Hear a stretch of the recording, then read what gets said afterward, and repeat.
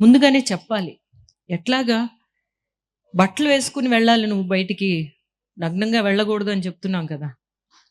అది మనం చెప్పే కదా. It's a behaviour, learned behaviour. మన మన మనుష్య జాతికి అంతా లర్న్డ్ బిహేవియర్ అనమాట. ఇప్పుడు మనం అందరం చీరలు కట్టుకుంటున్నాం, కానీ లండన్లో వెళ్తే వాళ్ళు చీరలు కట్టుకోవట్లేదు. సో మనకి ఇక్కడ అలవాటు, ఈ అలవాటు కాబట్టి మనం కట్టుకుంటున్నాం. వాళ్ళు షార్ట్స్ వేసుకుంటున్నారు, అది వాళ్ళకి అలవాటు. లేకపోతే స్కర్ట్ వేసుకుంటున్నారు, గౌన్లు వేసుకుంటున్నారు, అది వాళ్ళకి అలవాటు. మనకి ఈ భాష కూడా మన అలవాటే, మన తల్లిదండ్రుల ద్వారా వచ్చింది. అలాగే మన అలవాట్లు కూడా డెఫినెట్గా మనమే ముందుగా చెప్పాలి, వాళ్ళని క్లియర్ చేయాలి, మంచి త్రోవ పట్టించాలి. అది చాలా ఇంపార్టెంట్.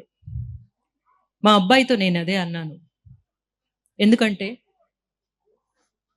దీనివల్ల బాగా ఎఫెక్ట్ అయింది మా ఫ్యామిలీ, మీకు తెలిసిన విషయమే.